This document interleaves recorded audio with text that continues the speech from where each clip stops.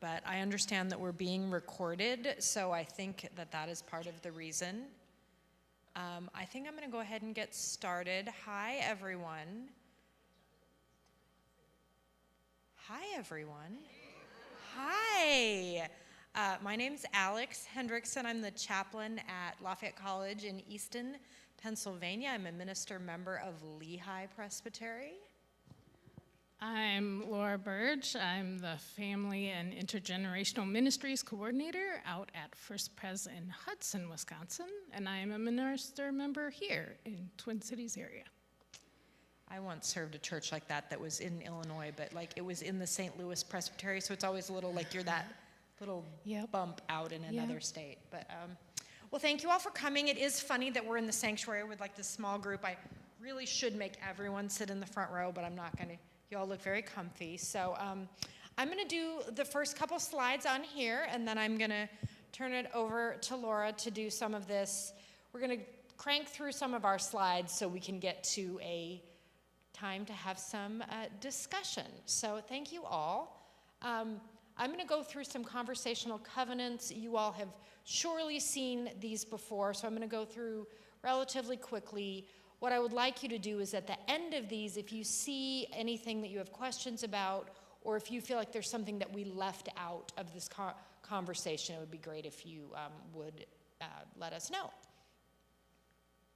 So speaking for yourself and your experiences, again, I work with college students, so we talk about that as using I statements rather than all Presbyterians do this or that, to say, in my experience at my congregation, sometimes that's helpful. Listening for understanding, not just waiting for your turn to talk. Agree to disagree. Hopefully we're not going to have any huge disagreements in this particular group, but you never know. Unconditional respect to yourself and others. Remembering that everyone comes to this issue with a different level of understanding and different experiences. And I hope that is something that you've seen throughout the day, that really trying to lift up and appreciate all the different experiences that folks bring to these conversations. Take care of yourself. If you need to get up, don't ever feel like you can't run and get a snack or a cup of coffee at this after lunch time is sometimes a bit of a sleepy slot in the day.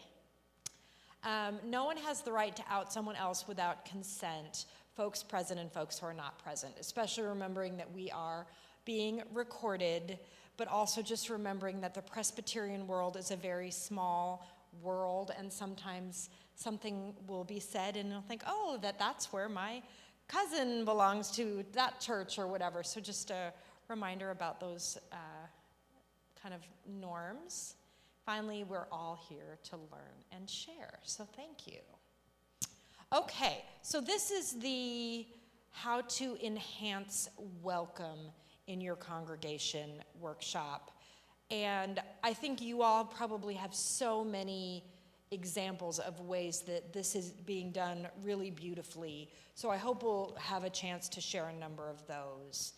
But I just want to start with the question, what do you think keeps churches from engaging on these matters? And I'm going to use the terminology queer inclusion as we see LGBTQIA+ or other language. I'm going to use the terminology queer.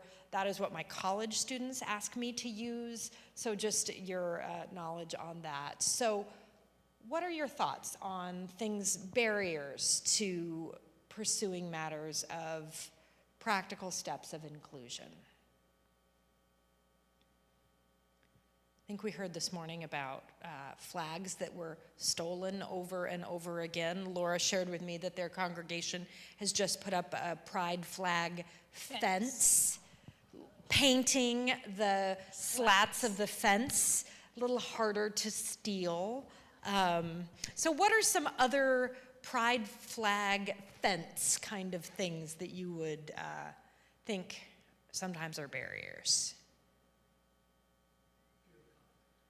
Fear of conflict, yes.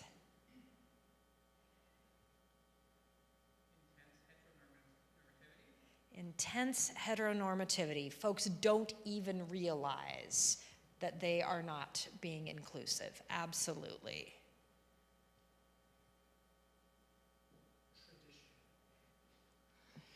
Tradition, yes, we could, yeah, yes, absolutely. Yes. Fear of getting it wrong, yes. Low tolerance for backlash, low tolerance for change, yes, yes. The panel this morning acknowledged the financial commitment to some of these aspects. Yeah, any change often does have some sort of financial component. These things, yeah, absolutely. And I think another one that we've talked about a number of times today already is this kind of understanding that, oh, well, we've been there, done that. This isn't even necessary anymore. That it's just, we're already past that. Okay, so those are some of the issues. And what do you think keeps people from knowing they will be welcomed or feeling welcome once they are there? When someone walks through the doors tomorrow of Oak Grove Church, what are some things that could, not at this congregation is, but what are things that once they've gotten to the parking lot and gotten out of the car, what are the things that are difficult at that point? Again, these can be very practical things. Not with nobody talking to them, or the flip side, everybody's so excited. Yes. Yeah, absolutely. So either, too much or not enough. So yeah, we need the Goldilocks and the Three Bears, right? How do we hit that perfect level? Yeah, I've heard people say sometimes you need to have just a very brief orientation for a visitor. Where are the restrooms? Where is the nursery?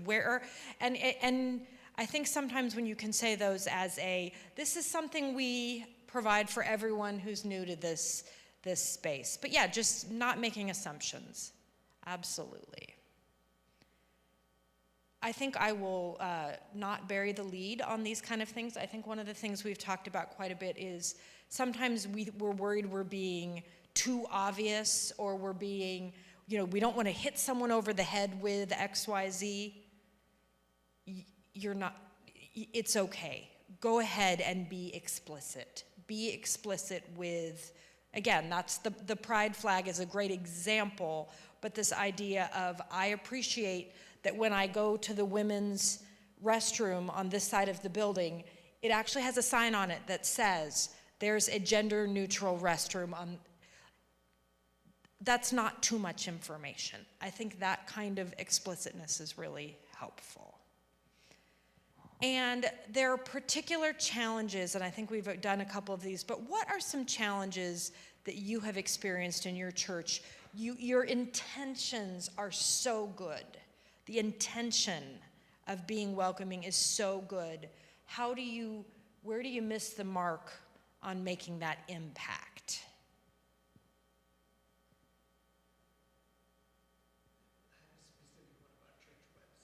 Ah. As a gay person who has come from a church background that included a lot of non-inclusive churches, there is a lot of language of welcome that is used by people who are anti-gay. And the churches that are pro-gay sometimes don't understand that they're using the same language of welcome, that all are welcome. All are welcome. Many churches say the same words and mean different things. And some of us have been burned by that. And Yes. if you've been burned by a church that says all are welcome, and you go to another church that says all are welcome, you're not sure that they mean it the same way that you mean it. Can I jump in? Yeah. Just because I have an example relative to this. Recently, I was sitting in a meeting with a number of other, colleagues from the Presbyterian. I said, I read the whole website before I visit a church. There's a good chance I've listened to a few sermons. I've checked their social media. So I agree, and this actually comes up later.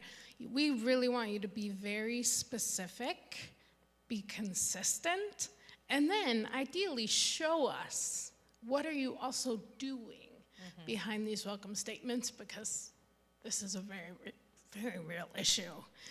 And I think it was surprising to my colleague. He said, wait, you really read the whole, yes. Yeah. Because I don't want to get burned. Yeah, no, right.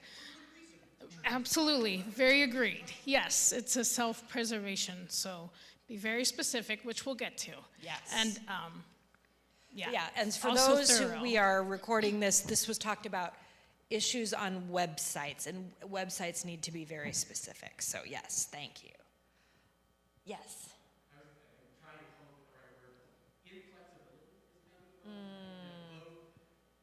you say you're welcoming, but then somebody who's queer comes in and says, well, what if I wanted to do this, or could you change this? Just want to be like, oh no, we've never done it that way. But I also think an experience of having some churches with their pride who not being able to recognize, right there. We're handing out the flags and they're like, oh, we're so glad there's a church, and then you see the people who see it's a church and they start to move away. They're like, oh no, we want to give you one. Right. Yeah, absolutely. Yeah, I think this is some really smart, churchy person should really get into a consulting business of doing an audit of buildings, of websites, curriculum, language, forms. I'll tell a brief story of a congregation I know where same gender couple had their child baptized, and some very lovely person who had filled out the baptismal form put a line through the word father and very nicely added in. So it said mother and mother. Invest in new forms. Or make one with Word. Just Yes, yes. You don't need to, you don't need, So these are just these little details that feel like, oh, well, we're Presbyterians. We don't want to throw out. We have 200 of these forms. We don't want to throw them away. Throw them away. Recycle them. But yes, these are these little details that seem like, oh, it's not a big deal. It's a big deal. It's a big deal. All right, so now we're talking about doing, so we're going to talk through these 4 steps here of preparing for welcome, deciding to welcome, living into welcome, and transformed by welcome. So these are kind of our 4 steps we're going to walk through. Oh, yeah. So I was thinking about this. This is my idea that I bring. I was just thinking before I had really connected with Alex and, was just trying to wrap my head around this conversation we were going to have. Just thinking about social change. My life before theology and ministry was sociology, so I like to think about what happens in groups of people, and I often use kind of that perspective when I think about my church specifically and the church as a wider church. So these are just 2 examples I found, and they're, to be honest, a little bit old, but I didn't have time to, speed through a few more decades of research.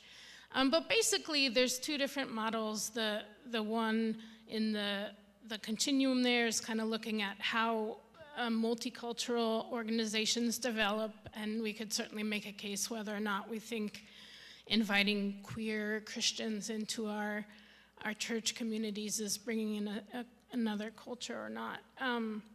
So they're just kind of looking side to side, going from denial and defense of difference or even presence all the way to internalization, when then kind of all of the markers of a beautiful subgroup are then incorporated into the DNA of the community. Or similarly, on the other side with the circle, a man named Hebdig in the UK kind of studied subcultures from kind of a life cycle perspective. And my apologies, I am not a graphic designer, but I am a visual learner, so. Yeah. But what I am interested in, what I was trying to get at is whether we're on the continuum side, adaptation, integration, internalization, or whether we're on the life cycle side, moving from encounter through incorporation. Of course, it's the number 4 flipped upside down, refashioning.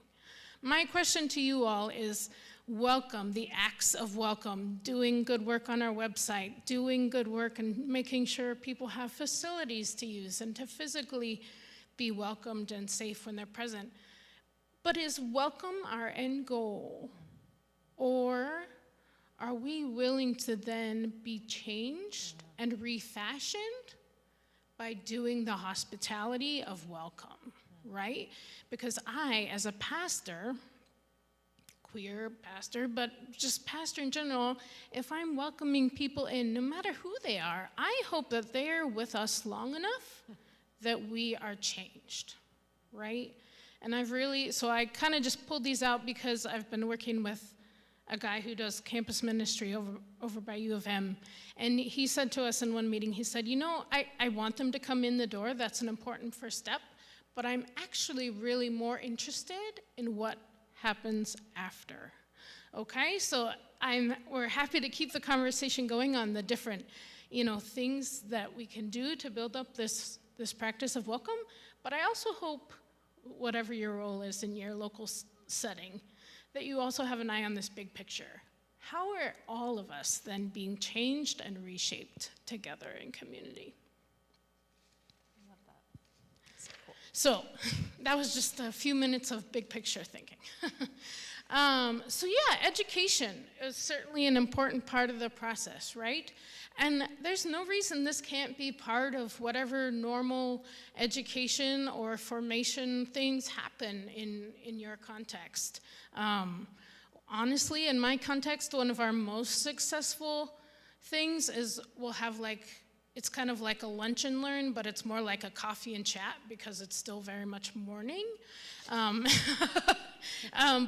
15 minutes after worship, we invite all sorts of members, and last year we had the closest PFLAG chapter come out, and it was very well attended, and they did some of the basics, terminology, practical considerations, but there was also time for kind of engagement and question and answer.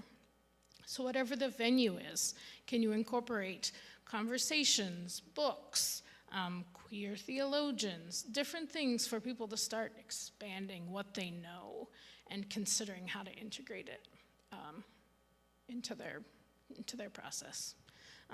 You have? Yeah, no, exactly. I preached at a friend's church in Tucson last spring and then did a similar lunch and learn kind of conversation.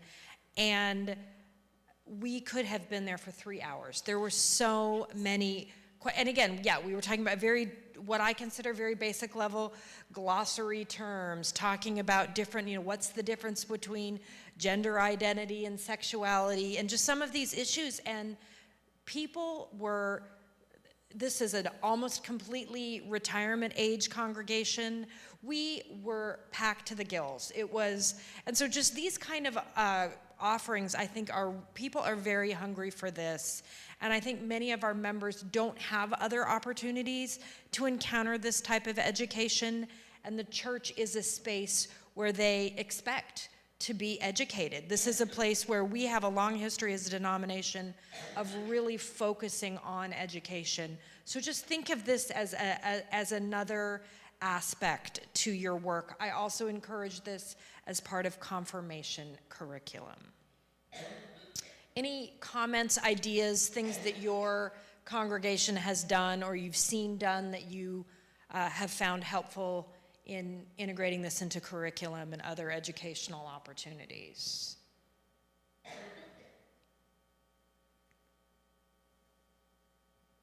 Anything? I'm going to mention something, and it's Mary. Is that right, Mary? So we were here yesterday for our Covenant board meeting, and I noticed there is a little nook over here where there's some history of the congregation, and there is a little frame, and in the frame there's some language about we are aware. What does it say, Mary? Do you remember what it says exactly? History, facts don't change, but history does, or something like that, and that we're still learning about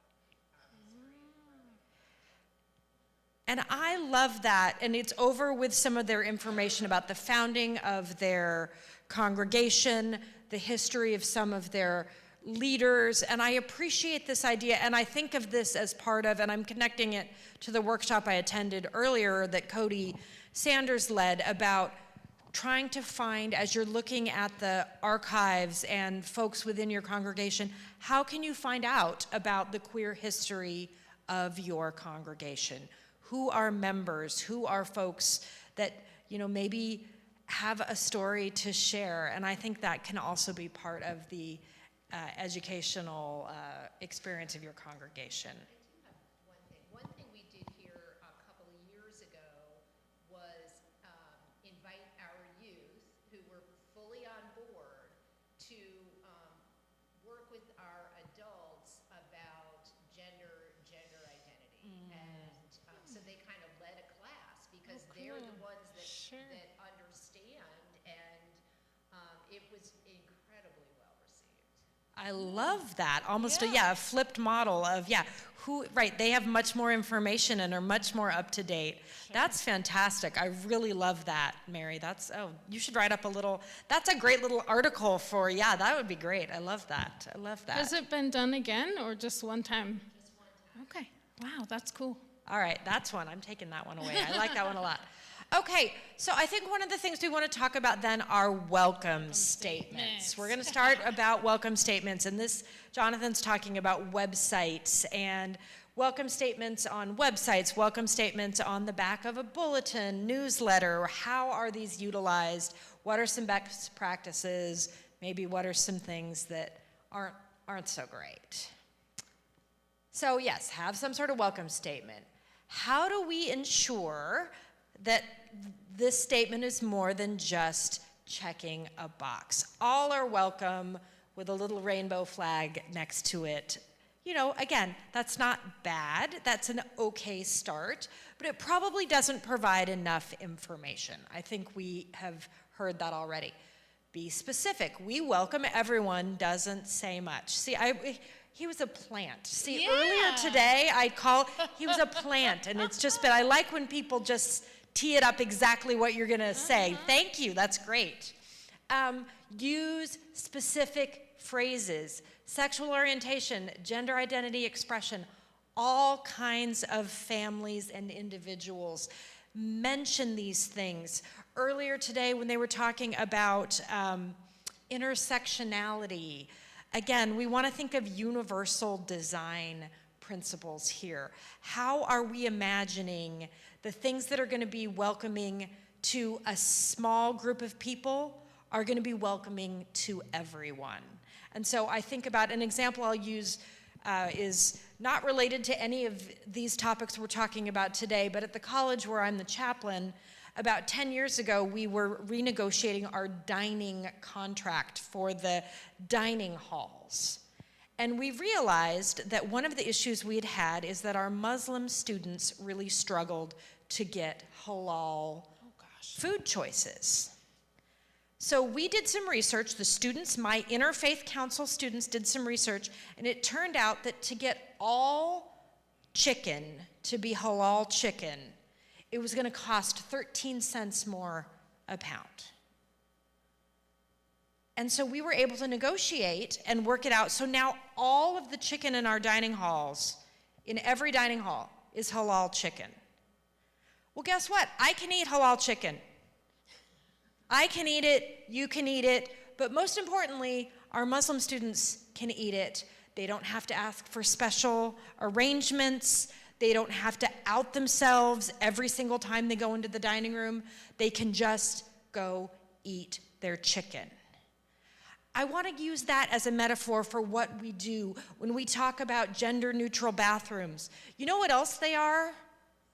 They're single-stall bathrooms. Yes.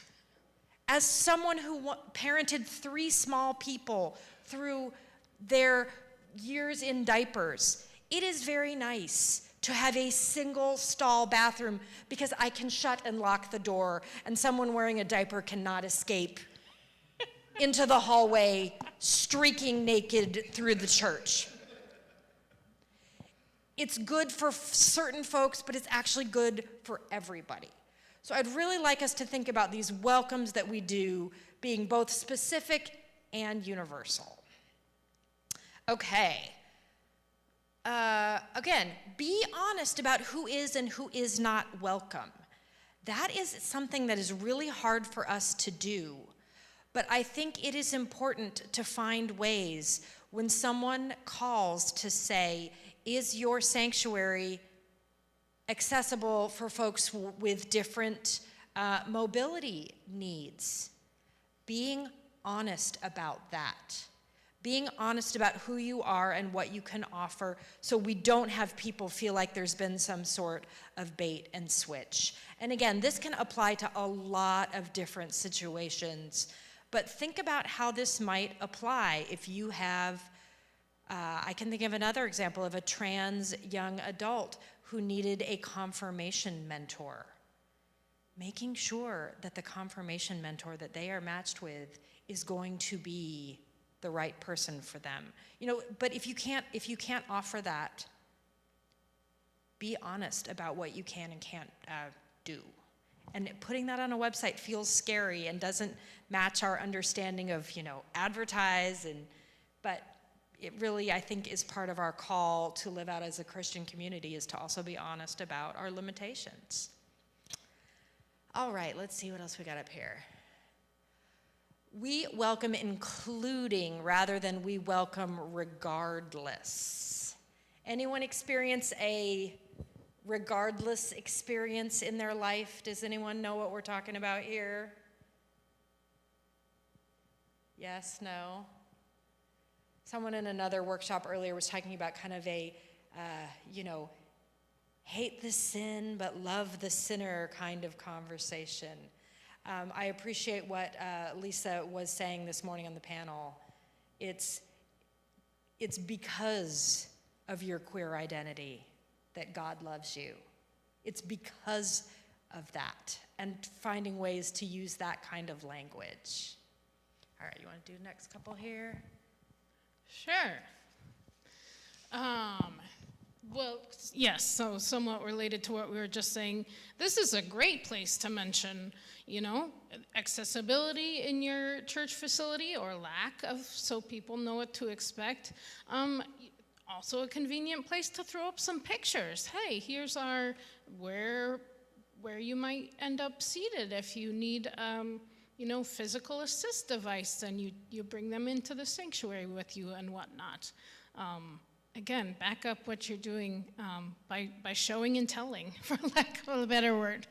Yeah, and I think sometimes when things are in process, giving an update on that process can be very helpful, because then at least it shows you're moving in a direction, even if you aren't there now. But our session is in a discernment process about whatever that might be. I think that, again, really shows some honesty, but also shows skin in the game for that kind of work. Okay. And then, yes. Sure. I think what many progressive churches aren't aware of the different layers of acceptance below where they are.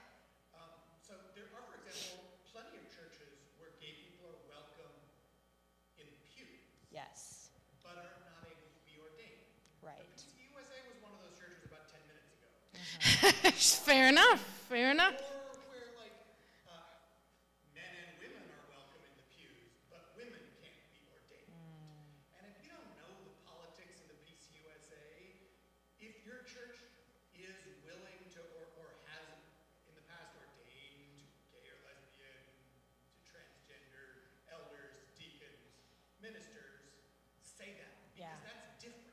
Saying that people of all genders or people of all sexual orientations are welcome in the pews is different than Yep. saying that you are welcome in all levels of leadership.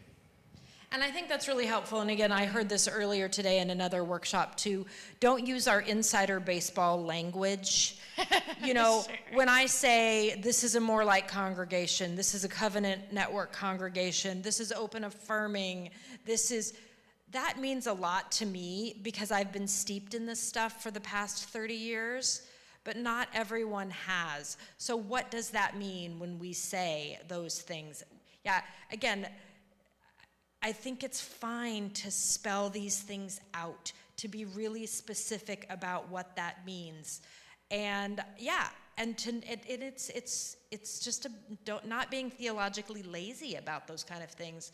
But I also appreciate the history. Yeah, every church has that about section and history, and here's where we built this new sanctuary, and here's where we first participated in the crop walk in 1964. Well, right, when did we have our first woman pastor, elder? Yeah, all these things. That's very helpful. Be aware of the way things are in other churches that aren't your own, where other people might be coming from. To know what sort of expectations they might have that didn't occur to you. Sure.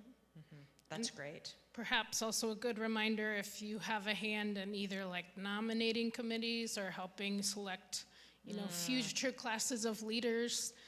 Again, I know what I'm looking for, but I'm noticing on churches' websites or presbytery websites, is there queer representation on the board or the session or the presbytery leadership team? Or have we just not taken that bold step yet? Absolutely. Okay. All right, so what might taking action look like? Here are just a few examples that we might have. Do you want to start on a couple of these? Sure. So again, starting with the hospitality is the issue of language and inviting pronouns and making it much more of a standard practice rather than, just a thing if we remember. At our church, we have, I think, name tags similar to this where you can print out the plastic and just slap it on the badge. But if you have something like that, it's easy enough to reprint everybody's who might be willing to identify their pronouns for you. And I was happy to experience that the first person who asked me about them was a 10-year-old boy. Pastor Laura, why are your pronouns up there? Thanks for asking, Toby. I appreciate you noticing. But also, yes, again, the issue of facilities and good labels, good signage everywhere. I would challenge you to also think if you are a person who takes people or groups of people out of your church on trips, on events, on whatever it may be, what is the bathroom situation where you're going? Will everyone have a bathroom that they feel comfortable with? I lead service trips at my church, and again, from my own experience and for a person that was coming along with us, I just wanted to make sure we had good options. I will admit I did feel a little bit weird asking a pastor, can you tell me about your bathroom situation? And she's like, oh my gosh, thanks for asking. Here's this, here's that. Is that enough, or do you need more information? Took 2 emails and we are fine. But again, be aware of these needs and these anxieties and these issues and do your best to make space and make it a safe space for everyone. But I appreciate what you just said about it felt weird and you did it anyway. It felt weird, and I've had bathroom issues before, so right. But I think about that, yeah, if you're going on a mission trip and there's a boys' dorm and a girls' dorm, well, that's not going to work for everyone. Right. And so having an honest conversation about, this is weird to have this conversation for me, but it's my discomfort is not as important as this individual getting their needs met and being in a safe and secure place. Yeah. And so talking about what that looks like, and again, also being aware of the fact that we're going to this camp, and the camp only offers boys and girls, and I'd rather have someone know that up front than get there and realize, oh no, this is not a space where I can be. So again, having to be honest about the limitations is also a really important point of this. We're not going to be able, at this point in time, meet the needs in the way we want, especially when we're outside of our own facilities. Yeah. Again, we talked a lot about the representation, signs and symbols, being part of community activities, being part of Pride. those are very important things. But also when you're at other events, I had a little fair at my college recently for all the local congregations, and I appreciated that my local Peace USA congregation put on their sign, "We are a progressive church that includes," and like really used very specific language. And I think that that is not always the case, because as we know, that's not necessarily every PCUSA congregation. So making that specific language in public is really important. Can I just stand on Yeah, my yeah. soapbox for Yes, a minute? please. Okay. That's what we're here for. Excellent. So, as both a pastor and I'm also a super part-time artist, I have been to a number area small town prides. I did the numbers just to make sure my memory was correct.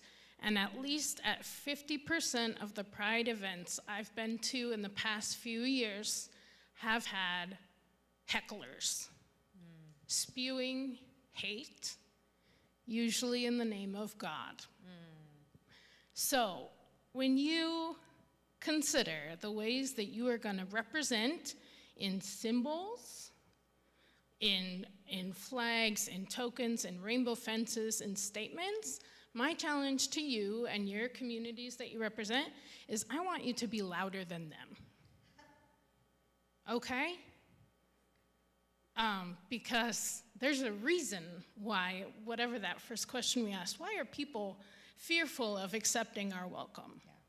Well, because what they are literally hearing is very loud.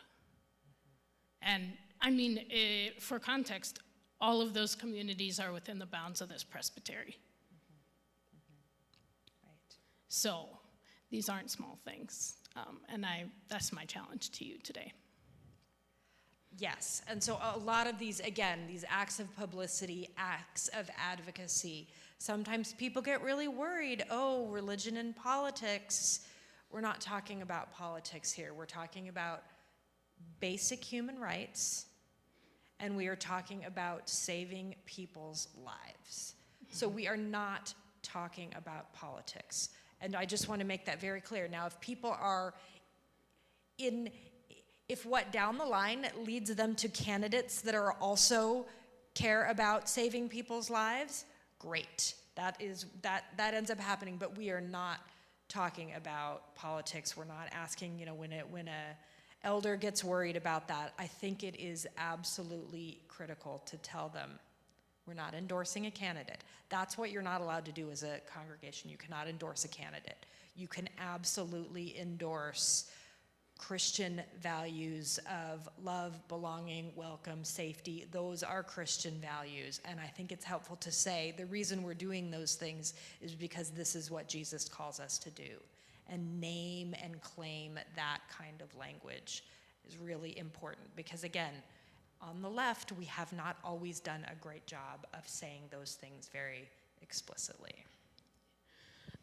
Again, because I work in Wisconsin, I actually know more about how the Wisconsin Council of Churches has a lot of great resources to help us encourage our people to be, advocating for issues that they care about, kind of rooted in their faith and those values, but I'm sure the equivalent exists for Minnesota too. But yeah, it's actually kind of an interest. So part of the service trip, we went to Madison, Wisconsin, which would be our capital, and we, as a church group, went to meet with one of our staffers and, prepared a whole thing and such. It's a very good exercise. But, that was the other thought I had. Pay attention, okay? I know that we are proud of all that our state of Minnesota does, and that's good, but there were a full 18 anti-LGBTQ, anti-trans bills that the ACLU were tracking last legislative session. For comparison, there were 14 in Wisconsin. So, another good exercise is always be aware. Show up at school board meetings, for example. I have plenty of clergy colleagues who keep their ear very close to the ground because we care for our youth and our kids and what their school environment is. Sorry, what? Yeah, yes. I don't think I am that person, but one of my colleagues is one of the advisors to the school board. Absolutely consider the ways you can be a very good advocate. All right, a couple of notes, and then we've got some discussion questions, but I want to be very explicit that we are here on behalf of the Covenant Network. This congregation has been extremely supportive. This presbytery has been extremely supportive, but the work that this network does, and we talked about this yesterday at our board meeting, this is something that is not paid for by our denomination.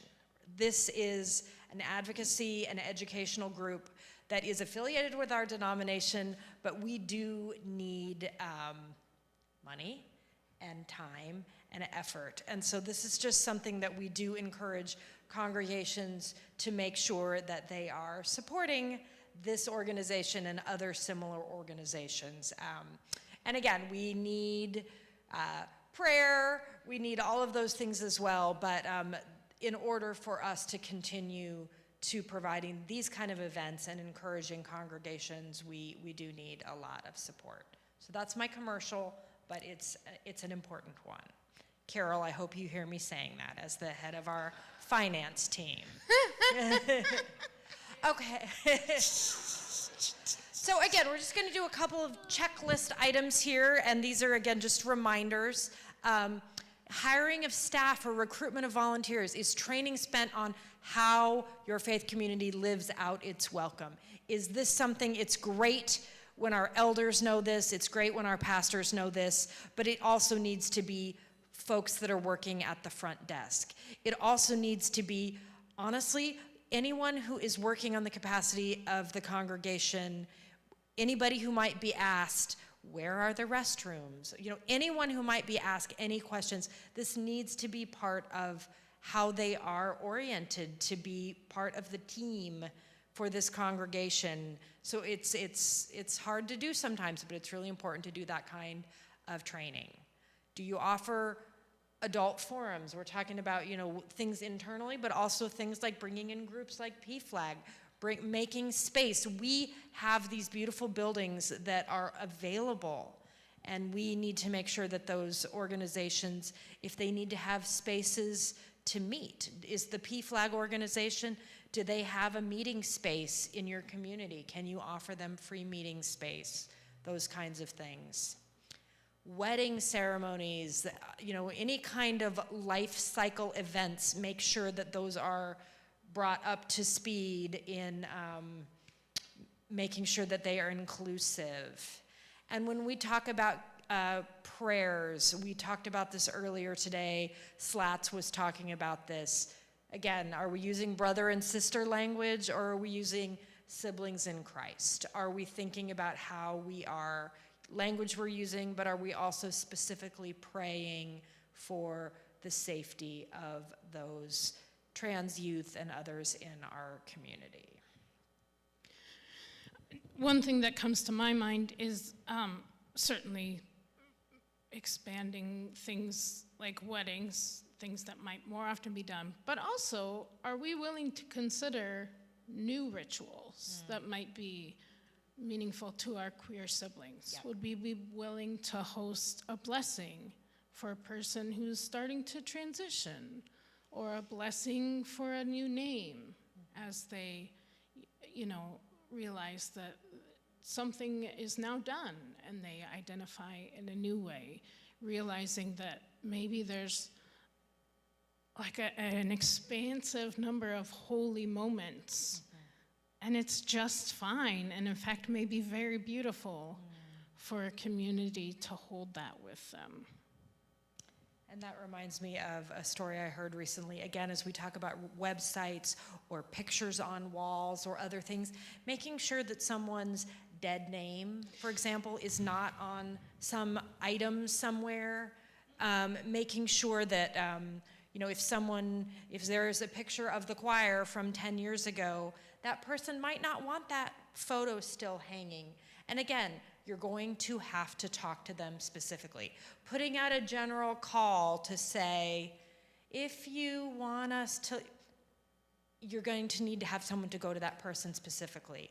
And you're going to have to risk be embarrassed, maybe not saying exactly right. You're going to just have to take that risk and have that conversation. But yeah, we Presbyterians are so good at keeping records and keeping items and keeping documents. And, you know, we need to make sure that when the newsletter goes out, that newsletter database has been updated properly with folks' name that they use. And relationships to each other and such, right? Like Mr. and Mrs. makes a lot of assumptions. Yeah, I don't really go by Mrs. either. So yeah, I get that. There we go. Exactly.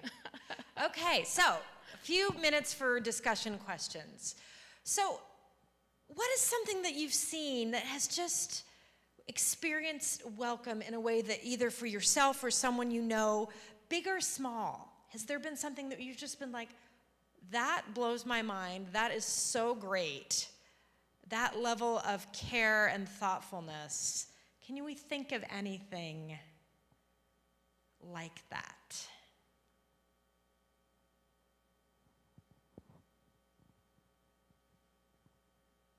Yeah. It's not in a church, but it was at a church thing. We took the children, or took the tweens to a local arcade place, and one of them had a T-shirt that had the pronouns they were there. And one of the attendants came over to make sure we really That's great. That's great. Just that level of thoughtfulness, that acknowledgement that's everything. That's great. It's a great example. If the arcade can do it, the church can do it. Absolutely. Absolutely. Yeah. All right. How has it changed you? How are you different than you were? I talk with my college students about this a lot. You know, again, if I look back 30 years when I was starting college and first taking women's studies classes, we didn't have women's and gender and sexuality studies. It was just women's studies. Or things like pronouns. Pronouns have changed my life. And I am a cis, heteronormative, you know, all that stuff, woman, white woman. But my name is Alex. Alexandra, my mother is here, named me Alexandra, which is a long and beautiful name, but I am Alex. And it has been so helpful to me when I email someone and they see my pronouns. And then they meet me, especially as a clergy person. It is helpful for them to realize that I am a woman that's walking into that space. It has changed me. That has helped me. I mean, whatever, right? Who cares? But again, it's that universal design idea. These things actually make a difference for all of us. And I think when we think about theologically, God loves all of us so much that we each, how I have been enriched, how each one of us has been enriched by the diversity of friends, family members, all of that. And so, yeah, I think about that, how my life is so much better because of those relationships. Anybody else? Anything that how you have felt different, better?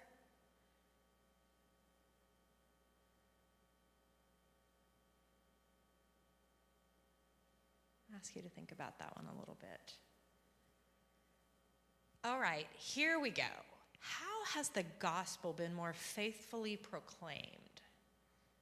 How has this actually shined the light of Christ more fully?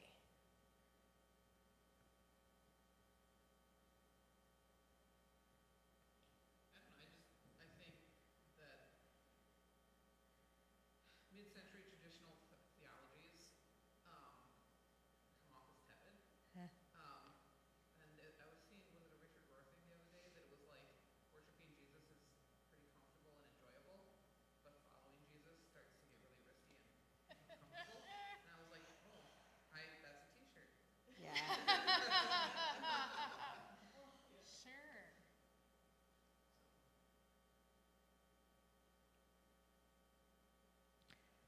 Yeah, not being part of Empire is hard.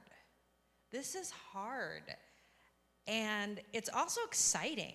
Like, I hope we see ourselves on this cutting edge of what it means to not be the Church of Empire and to try to be uncomfortable, to try to be unsettled, to try to be, that's a great feeling, feeling uncomfortable. I remember taking a public speaking class years ago, and they said, when you feel nervous, don't say to yourself, I'm nervous. Say, I'm excited. And it's actually the same feeling in your body. It's the same feeling in your body. I'm excited. So when the session says, I'm nervous that this is going to be hard for our whatever, I'm nervous if we are that explicit about our welcome, to say, no, you're excited. You're excited about that. I don't know, yeah. I don't know if this is exactly to answer your question. I'm old enough to have spent the first 3 decades of my life in the closet. And life in the closet is about always making a choice between being known and being loved. If I were fully honest about myself, I can't trust that people will accept me. And that is damaging to a person. And to preach a gospel that says that God both knows you and loves you that's a different gospel than the gospel that just says God loves you in sort of vague, abstract ways. But what does it mean to worship a God who knows you in specific ways? He knows you. Not just humanity, but me. He knows my secrets. He knows what I like and don't like. And he loves me. That's a gospel that's worth preaching. Yes. Amen. Amen. Mr. Rogers, it's you I like. Yeah. Oof. Thank you. But isn't that how we're all transformed? Because if we're preaching that and we're doing the welcome, and it was brought up in the panel this morning, that we're creating the relationship. Yeah. And relationships change us all. And so there's that one by one and small community by community, it gives me a lot of hope, because the welcome allows for the relationship allows for the transformation, and it's this, and when it's truly the gospel, not just the words, but the living out of it, hearts are cracked open, and things change. It doesn't mean it's easy, because it's really hard, and it's also very vulnerable. But that's feels so worth it. I would just add that from my experience with talking to my peers, just so much of what my generation, broadly, but thinks about the church, and when they think about Christians, is so negative. Because in many, many cases, there has not been that idea that God can love you for queer people. And I think, quite frankly, particularly progressive churches have not done a very good job of being very outspoken about that. Yeah, I mean, what Laura said a little while ago, we need to be louder and clearer about this truth. Don't you think some were brought up with not to be pushy? Absolutely. Yeah, right. I mean, I think that's right. And this is my This mother. is I the appreciate Midwest, this. after all. Yeah, it's the Midwest. And yeah, right, you're not supposed to. So, right, how do you get over the fact that, yeah, I don't want to be offensive, I don't want to push. I get that. I get that. And I think that's the place of privilege of, you know, is religion something public or private? And the privilege of being able to keep it private is, we need to be more public. It's riskier. Yeah. I was just thinking also, right, it's who you're choosing to offend. I don't want to offend the people who already have status and power. Exactly. So you're making a choice right instead to offend by not including The word that keeps echoing in my head right now is liberation. Similar to thank you for sharing your thoughts, Jonathan. But the first time I consistently was able to attend a very open and affirming and welcoming and really, to be honest, queer-centered and queer-organized church in the Chicago area, I just felt free to be. It was also a really hard time in my life for some other reasons. And for the first time, I felt like I could just show up on a Sunday morning, whether I was a ghost of a person or whether I was having a good day, and I was welcome there. So, you know, finding that space where everyone is liberated by what we're doing as church is, I think, hopefully what we're working for, right? A mutual liberation. And, you know, I think what Daniel said, and again, I think of the 18 to 22, 23-year-olds that I work with every day, there are the boundaries around gender and sexuality and are so expansive for these young adults. They are not even going to consider a church. There is nothing in it for them if it's not as welcoming as possible. There is no social pressure for most of them to be part of a church. The countercultural thing is being in a church. Sure. And so that church better be On top of it. worth it. Yeah, yeah.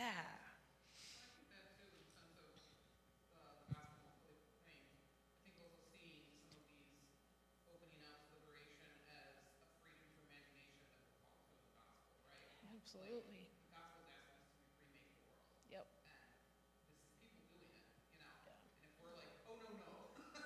We don't actually like want that. to change. We don't want to do that. Sure, absolutely. Yeah, that's great. Okay, so all right. Oh, I'm missing a little end of my, okay, we're not going to go to small groups and report back. We're going to report right here because this is a small group. If you think about a community that you are part of, what is one concrete thing from this day that you'd like to work on in the next, it says year, but whatever, 2 weeks, 2 years, you tell me.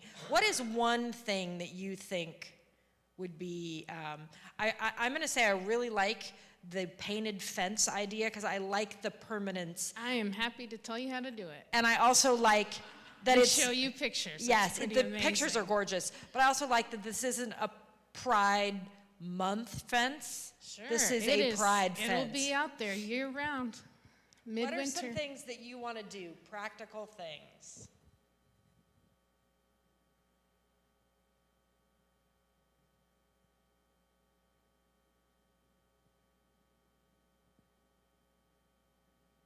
Something boring that you want to do, but that's practical. I'm really going to, oh, good. Saying boring got people to raise their hands. Yes. We've already identified this, that we know there's a bathroom that we were like, we want to make that gender neutral bathroom. But like, there's just always a list of things that you're always failing at achieving. Yeah. And it's just not the thing we've done yet, so like, that would be a really simple practical thing to do. Bless the bathroom. Do some sort of fun bathroom blessing. That's amazing, yeah. Yeah, all right. But then everyone will know where it is. I know. Yeah. You know, there's this amazing cleaning product that is used in where I grew up. I grew up in Phoenix, in the Phoenix area. It's called Fabuloso. I think fabulous bathroom cleaner is what is to bless the bathroom. That's just my idea. I forgot Okay. about that. Yeah. All right, I think we are just about at our 2 o'clock hour. This is so cool. Can I get one more practical thing? We've got the fabulous bathroom. Fabulous bathroom at House of Hope. Exciting. Anybody else? Anything else? You raising your hand? I would love to say, I don't know if we're gonna build a pride flag, but to get some sort of like sticker or something to put on our signs outside. Oh, sticker, sure. It's more permanent, Uh-huh. Sure. and it's stolen right now. I doubt it's stolen. That was Seattle area, some sort of, yeah. I like it. Yeah, yeah, that's right. Vigilante pride flags, I like it. Yes, very good. It occurs to me that I had made a kind of a summary handout that I forgot to pass out. So if you're interested in taking some thoughts with you, I am happy to give you one. She made a great handout. Please, we got to take handouts, and we'll put them out for other folks that were in the other Yes, sessions. yeah. So thank you all so much. We had a great time, We and did. yeah, really it was nice to have you all. Yeah. Oh, and by the way, applause for the amazing Randy. Yay.